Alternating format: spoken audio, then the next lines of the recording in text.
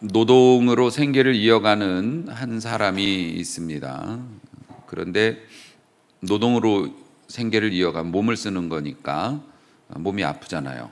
그리고 많이 반복된 일을 하면 당연히 아프죠. 몸이 고장이 나서 일을 못 나가요. 그래서 집에서 일을 못 하고 누워 있습니다. 누워 있으면 원래는 팔이 아파서 일을 못 나갔는데 조금 있으면 어디가 아파지죠? 배가 아파지죠. 밥을 못 먹으니까. 그죠? 그래서 원래는 팔이 아팠는데 그 다음에 밥을 못 먹게 되니까 배가 고프고, 밥을 못 먹으면 어떻게 됩니까? 사람이 살지를 못하죠. 예. 그래서 죽습니다. 그 사람의 몸이 그렇다는 거죠. 우리가 질병으로 사람이 생명을 잃거나 사고로 생명을 잃을 때도 온몸이 전체가 무너지는 건 아니죠. 어디 한 군데가 고장이 나는 겁니다. 그런데 그 한 군데가 고장이 나고 다른 데는 다 멀쩡한데 그 한 군데 때문에 사람이 육신을 못 쓰게 되는 겁니다. 이것을 유기체라고 얘기합니다. 유기체. 그래서 사람의 몸이 그렇듯이 생김새는 다 다르고 용도가 다르지만 우리 지체들이 모두가 연결이 되어져 있어서 하나가 고장이 나면 다른 지체들이 그것으로 인해서 영향을 받죠. 그리고 심지어는 존재 자체를 위협받는 지경까지 오기도 합니다. 가족도 유기체이죠. 가정의 가족도. 그래서 각자의 역할이 있지만 한 사람이 어려움이나 아픔을 당하면 그것은 모든 가족들의 아픔이고 고통으로 그렇게 됩니다. 그러니까 불행한 가정이 돼 버리는 거죠. 당연히 교회도 유기체이다. 성경은 오늘 그것을 말씀하고 계십니다. 하나님께서 이 세상에 세우신 영적인 유기체. 유기체라는 것을 자꾸 강조하는 이유가 뭡니까? 우리는 서로에게 영향을 받을 수밖에 없는 처지들이다 라는 것을 잊지 말아야 한다고 하는 겁니다. 오늘 사도 바울이 이런 말씀을 합니다. 각 사람에게 그리스도께서 선물을 주셨어요. 분량대로 은혜를 주셨다. 우리는 은사라고도 이야기합니다. 하나님께서 내게 주신 재능, 하나님께서 내게 주신 선물, 은사. 그 은사를 받아서 사람들이 모여서 그리스도의 몸을 이룹니다. 그래서 어떤 사람은 손의 역할을, 어떤 사람은 손가락의 역할을, 어떤 사람은 손톱의 역할을 뭐 이런 식으로 각자 우리 모두가 받은 은사들이 다 달라서 그런 역할들을 감당하면서 몸을 이루어요. 유기체죠. 그 그리스도의 몸이 우리 교회라고 하는 겁니다. 그러니까 여러분들이 신앙생활 하는 거는 참 좋은 일인데 이러한 영적인 원리를 알고 신앙생활하면 신앙생활 하기도 편하고 그리고 실수도 적고 그리고 신앙생활 잘해서 축복받았다라고 하는 게 여러분의 삶에서 현실이 돼요. 아멘. 아멘. 신앙생활을 요령 있게 잘해야 되는데 그런 거를 잘하고 하나님 앞에 진짜 제대로 된 축복을 받으려면 영적인 원리를 잘 깨달아서 그 원리에 맞게 행동하면 된다고 하는 겁니다. 그래서 오늘도 그런 원리에 관한 말씀인데요. 일단은 우리가 그리스도의 몸이 됐어요. 우리가 지체가 됐다는 거예요. 그런데 지체가 됐다는 게 뭐냐면 구원받았다는 뜻을 의미합니다. 구원을 받음으로 교회의 일원이 된 거예요. 이 교회에 등록카드를 썼느냐 안 썼느냐하고는 상관이 없어요. 우리가 같이 눈에 보이는 곳에 같이 모이면 우리가 지체가 된 겁니다. 그래서 눈에 보이는 지체도 있고 안 보이는 지체도 있지 않습니까? 심장은 우리 눈에 보이지 않죠. 하지만 분명히 우리 몸의 지체인 것처럼 교회에서는 스텔스 모드로 움직이시는 분도 있고 그렇잖아요. 드러나게 움직이시고 일하는 분도 있고 뭐 그런 거니까. 하지만 어쨌든 지체가 된 거고요. 이렇게 우리가 이 교회 지체가 된 것은 골프 회원권하고는 좀 다르다고 해요. 골프 회원권이라는 게 있어요. 여러분들은 잘 모르시겠지만 그런 게 있답니다. 그래서 그 가격이 이게 다르대요. 장로님 그쵸? 회원권도 가격이 달라서 비싼 회원권은 더 좋은 골프장에서 좋은 대접을 받으면서 골프를 칠 수 있는 뭐 그런 게 있다고 해요.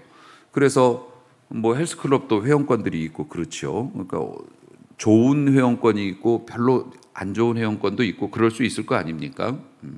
그런데 신앙생활하는 사람들, 교회에 속해 있는 사람들은 이게 클럽 회원권처럼 좋은 클럽, 나쁜 클럽이 없다는 겁니다. 다시 말해서 나는 뭐 큰 교회 다녀, 나는 우주촌 교회 다녀, 뭐 이런 거.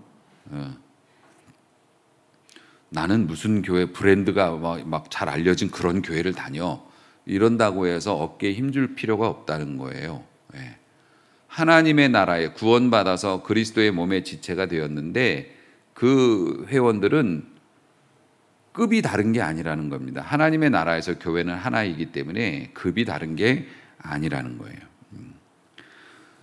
왜냐하면 제가 늘 그런 얘기 하죠. 대형 교회 갈 때 시험 보고 갔냐고. 예.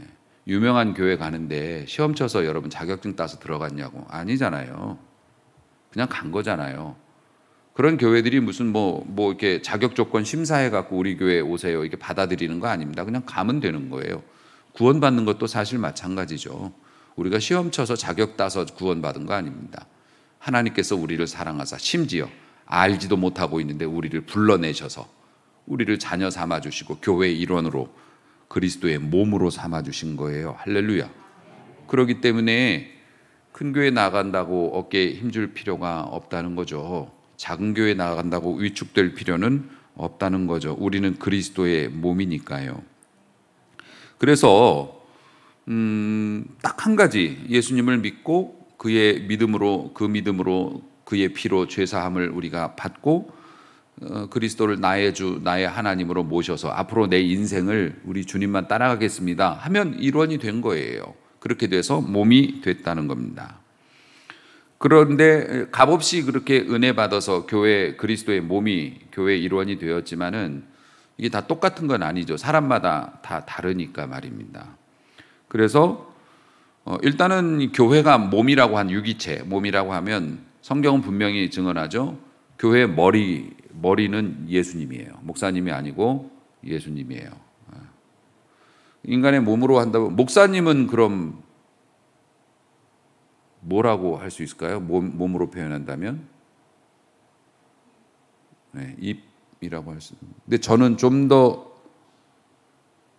정확히 설명을 한다면 귀일 것 같아요. 귀와 입이라고 할까요? 일단 하나님의 뜻을 헤아리고 우리 교회나 또 성도님 개인에 대한 하나님의 뜻을 먼저 헤아리고 그 말씀 깨달은 대로 여러분에게 도움이 될 만한 하나님의 뜻을 전달해 준다. 그래서 뭐 듣고 또 전하는 귀와 입이 될 수 있을 수 있겠죠. 그래서 근데 입은 되게 연약하잖아요. 그렇죠? 신체 중에서도 되게 약한 부분에 속합니다. 건드리면 피나고 그렇잖아요. 그러니까 제가 약하게 보이지는 않지만 나름 약한 사람이니까 좀 잘 봐주시기를 부탁드리겠습니다. 네. 그러지만 우리가 은사가 그렇게 다르다는 거예요. 성경에는 뭐 사도, 선지자 뭐 이런 걸로 이렇게 구분을 했죠. 교사 이런 걸로 구분을 했습니다만 우리 현대 교회에서는 우리의 몸의 가지수만큼이나 다양한 직책과 직분이 존재하고 있어요. 근데 물론 여러분이 그 분량이 생김새가 다르다고 해서 차등을 말하는 건 아니라는 것. 엄지손가락은 내가 제일 굵어 뭐 이런 걸로 자랑하고 뭐 중지는 내가 제일 길어 뭐 이렇게 하니까 새끼손가락은 할 말이 없잖아요. 내가 없으면 병신이야 뭐 이걸로 지금 했다는데 정말로 그렇죠. 10손가락 중에 안 아픈 손가락이 어디 있어요? 우리가 은사는 여러 가지로 다양하게 그렇게 나오고 있지만 그 은사가 차별이 있는 건 아니죠. 차등이 있는 건 아니고 똑같이 우리 몸에 있어야 하고 소중한 이제 그런 것이라고 하는 거죠. 그러니까 교회에서도 뭐 성가대나 또 앞에서 선생님들처럼 가르치는 분들처럼 드러나는 은사도 있지만 어떤 분들은 예배 참여의 은사도 굉장히 큰 은사입니다. 꼭 꼬박꼬박 예배에 나와서 함께 예배드리면서 영광 돌리는 것도 중요한 은사고 말없이 기도해 주시는 것도 큰 은사고 뭐 각자 맡은 게 있으니까 그렇다는 거. 그런 말씀은 이제 많이 들었을 테니까. 그런데 제가 오늘 좀 강조하고 싶은 말씀이 있는데요. 은사라고 하는 것이 선물이라고 하는 것은 누누이 강조했습니다. 그런데 구약의 용어에서 이 선물이라고 하는 것이 또 다른 의미가 있는 게 희생제물이라는 의미도 있어요. 다시 말해서 은사는 희생제물이다 이렇게 볼 수 있다는 거예요. 희생제물은 뭐 하는 겁니까? 하나님께 죽여서 바치는 게 희생제물이잖아요. 그러니까 우리가 하나님께 뭔가 선물로 받았다면 받은 만큼 우리도 어떻게 해야 됩니까? 바쳐야 돼요. 생으로 바칠 수는 없죠. 죽여 바쳐야죠. 물질을 우리가 하나님께 바친다고 한다면 내가 써야 되는 건데 안 쓰고 바치는 거잖아요. 그게 물질을 죽여서 바치는 거거든. 내 주머니에서 꺼내서 하나님께 바친다. 그리고 교회에 바치는 거지 않습니까? 그래서 은사라고 하는 것이 은사를 사모하고 좋은 은사를 많이 받는 것도 참 좋고 다른 사람보다 뛰어난 은사를 가지는 것도 좋지만 이게 은사라는 것이 희생제물이라는 뜻도 있기 때문에 내가 받은 만큼 하나님 앞에 바쳐야 될 의무가 생긴다는 거예요. 그렇기 때문에 이게 은사의 법칙이라는 겁니다. 오늘 설교 제목이 은사의 법칙이거든요. 그러니까 5달란트를 받은 사람이 하나님 앞에 이 장사해서 그 달란트를 잘 활용해서 하나님 앞에 5달란트만큼의 영광을 돌려야 되는데 1달란트밖에 안 돌렸어. 그러면 어떻게 됩니까? 불의한 종이 되는 거예요. 그러니까 여러분, 나는 은사가 별로 없다고 너무 낙심하지 마세요. 은사가 없으면 조금 바치면 돼. 정말로 그래요.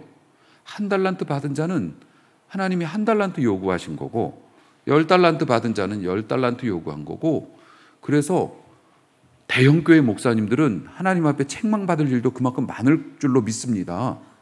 뭐 그분들을 저주하는 게 아니라 안 그렇습니까? 많은 성도님들 섬기면 그만한 책임이 주어진 거잖아요. 또 그만큼 누리는 것도 있고 그러면 그만큼 하나님 앞에 쓰임 받아야 하고 그런 거예요. 그러니까 여러분 장로님들 나는 뭐 장로가 꼭 되고 싶어.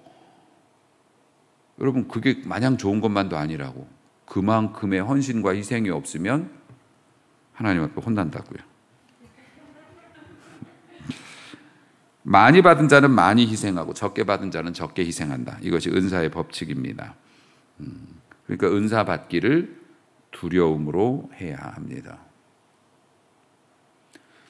제가 하나님 앞에서 지금도 기억나는 기도의 제목이 있어요. 어렸을 적에 제 인생의 진로를 이제 결정하지 못하고 고민할 때 그때 하나님의 부르심에 응답해서 목회자가 되기로 저는 마음을 먹었는데 자신이 없어요.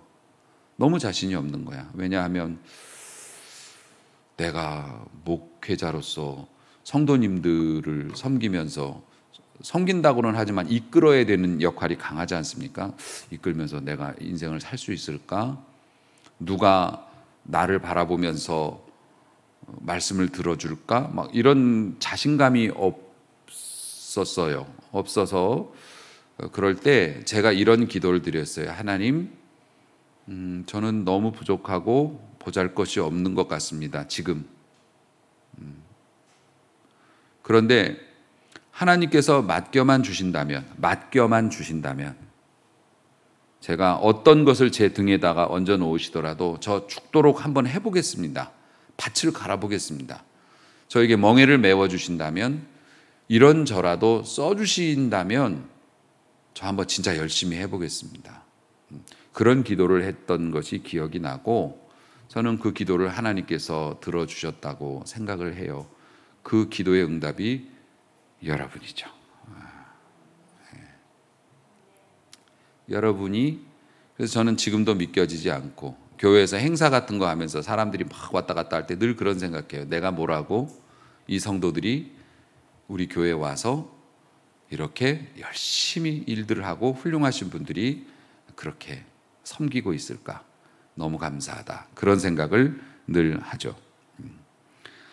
사랑하는 성도 여러분, 어쨌든 하나님 앞에서 은사를 받은 것은 굉장히 감사한 일이기도 하지만 책임감도 따른다. 그런데 그 책임을 다하지 못하면 신앙생활이 삐걱거리게 되고 이상하게 신앙생활이 합이 안 맞아요. 신앙생활 하고도 뭔가 불만족스럽고 감사가 없어. 이렇게 되면은 사실 이 은사의 법칙에 내가 제대로 은사의 법칙에 맞게 생활을 하고 있는지를 한번 생각해 볼 필요가 있다는 것이죠. 자, 그러면 왜 우리에게 이런 은사를 주셔서 그리스도의 몸을 만들었는가? 그 말씀이 4장 12절에 있어요. 이는 성도를 온전케 하며, 성도를 온전케 한다는 건 다른 분들을 도와주며, 그렇잖아요. 여기가 가려우면 이렇게 긁을 수는 없잖아요. 이 손이 와서 긁어줘야지. 이게 다른 이들을 돕는 거지 않습니까? 우리가 성도가 서로가 서로를 도와주는 거잖아요. 성도를 온전케 하며, 어떤 모양, 온전케 하는 게 어떤 모양입니까? 예수님이 기뻐하실 만한 사람으로 살아갈 수 있게 도와주는 거죠.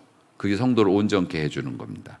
그 다음에 봉사의 일을 하게 하며, 교회가 이 땅에서 지상교회로 존재하면 해야 될 일이 있거든.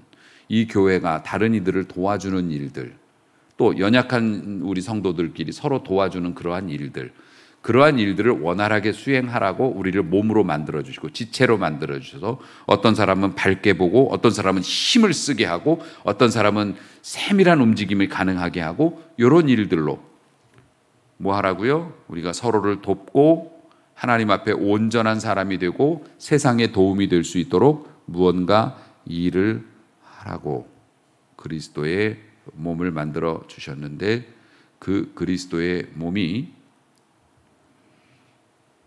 80억을 평가받은 그 땅을 500억을 내놓으라고 가스통을 휘두르고 포크레인을 해서 결국에는 500억을 받아내고야 말았어.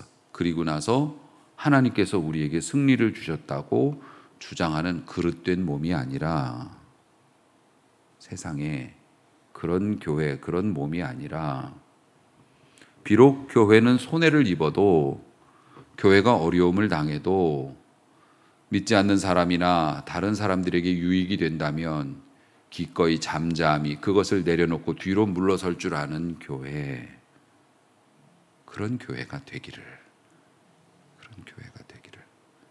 제발. 우리나라 교회는 뭐 잘 모르겠고 훌륭한 목사님들 많이 계시니까 우리 교회가 그런 교회가 되기를. 그리스도의 몸은, 그리스도께서 이 땅에 우리를 모아서 몸을 만드신 이유는 서로가 서로를 도우며 세상을 향해서 기여를 하라고 교회를 만들어 주셨다는 사실. 그리고 또 무엇입니까? 그리스도의 몸을 세우려 하심이라. 반듯하게 세운다는 것이 반듯하게 선다는 뜻도 있지만 정상적인 움직임을 하는 것도 있어요. 그래서 교회가 활발히 돌아가서 세상을 이롭게 하고 하나님의 뜻을 세상으로 전달해 주는 역할을 잘 감당하게, 견고하게 서 있게 하려고 이 몸을 만드셨다. 아멘. 사람은 나쁜 사람이 있고 좋은 사람이 있습니다. 원래는 다 나쁜 사람인데 좋은 일을 하고 좋은 생각을 많이 하시는 분들이 있고, 또 보면은 삶 자체의 컨셉 자체가 나쁜 쪽으로 가는 분들이 있습니다. 건들면 가만 안 있을 거야, 뭐 이런 분들이 있잖아요.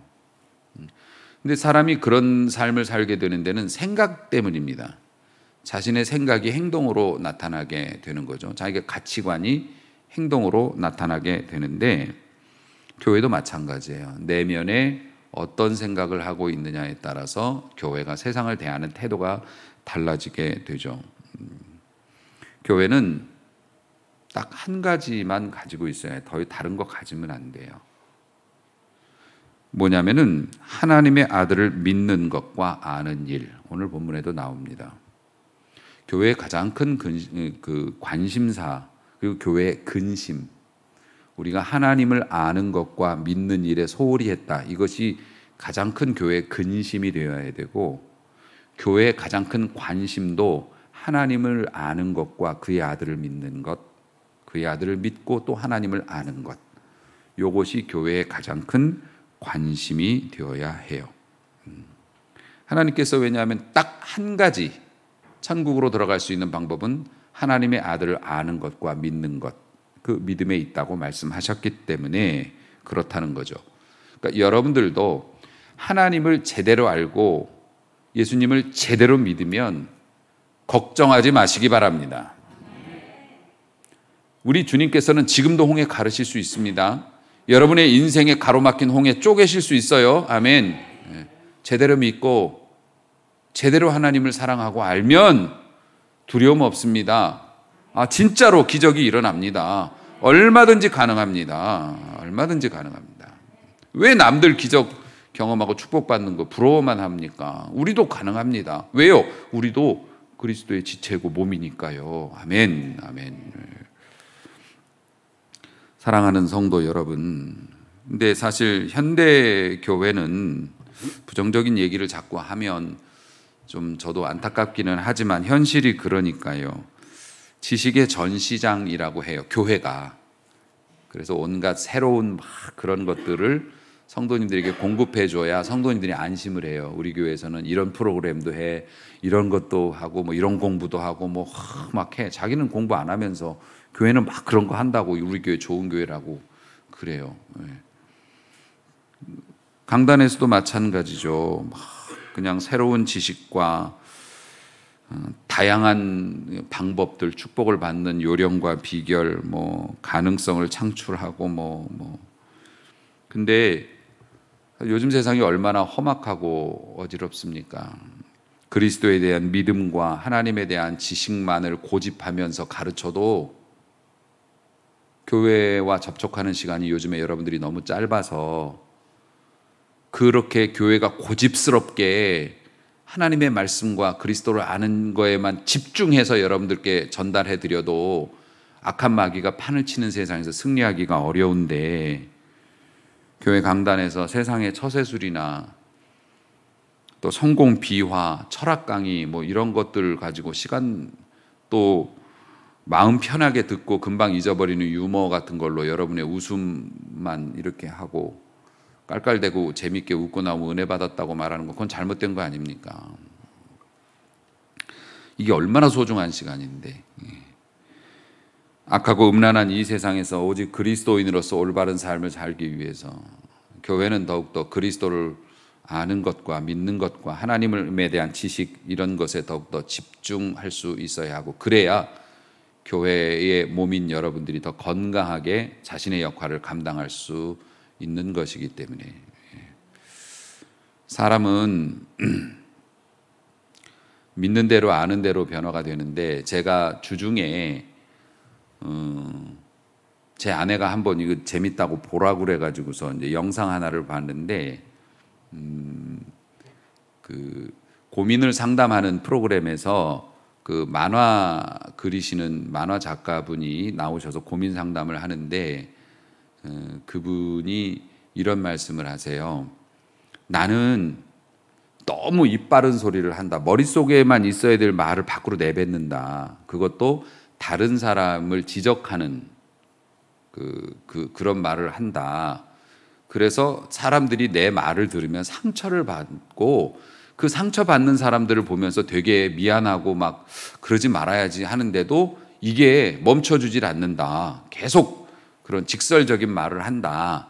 이제 그러니까 들으시는 분이 어떤 식으로 그렇게 말을 하셨냐, 예를 한번 들어봐라. 그랬더니 본인이 축구팀을 만들어서 헌신을 했나 봐요. 사회 축구팀.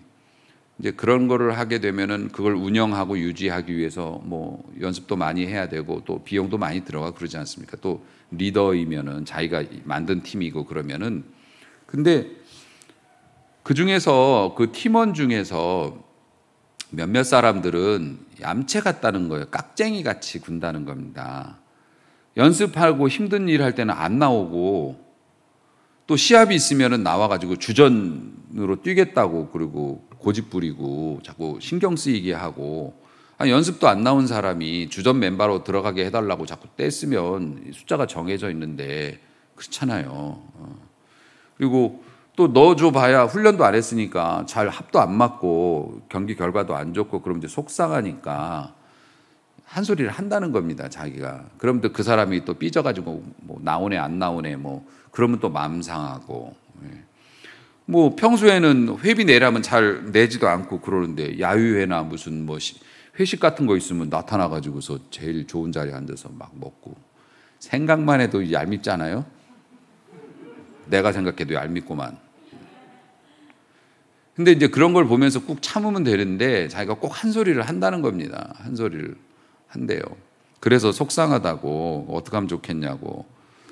근데 이것을 듣던 오은영 교주님이 말씀하셨어요. 요즘에 뭐 거의 교주죠 뭐.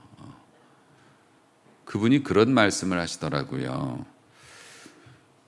그 축구 모임에 나오시는 분들이 왜 나오시는 것 같으세요? 왜 나오기는, 그 축구 모임에 나오시는 분들은 즐거우려고 나오는 거예요.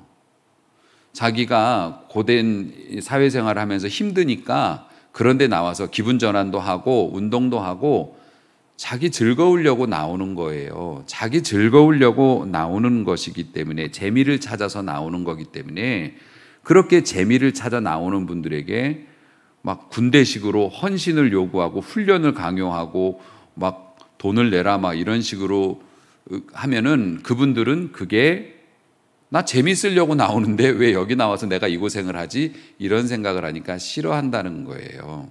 그러니까 그분들이 그렇게 행동하는 데는 그런 이유가 있는 거니까 좀 이해를 하셔야 되겠다. 그분들의 마음을 좀 이해해 주시면 좋겠다.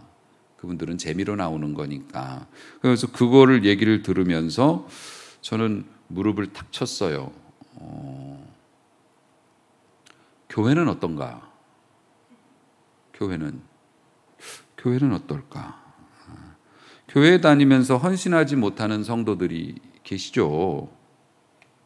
책임은 다하지 않고, 그러니까 의무는 다하지 않고 누리려고만 하는 그런 분들이 있어요, 없어요? 있죠. 어느 모임이나 단체나 있어요. 근데 그분들이 나쁜 마음을 먹고 그러는 게 아니라 그분들은 교회에 나오는 목적 자체가 달랐던 거예요.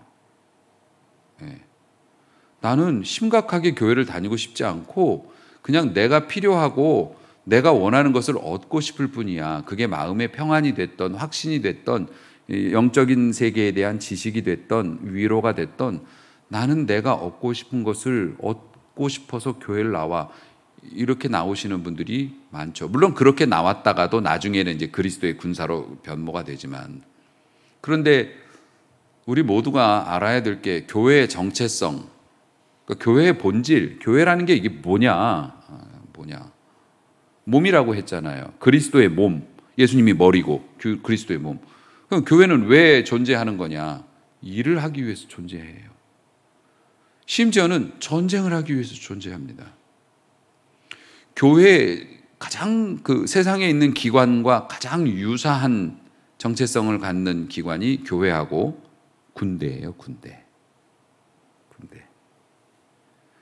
어쩌면 회사일 수도 있어요.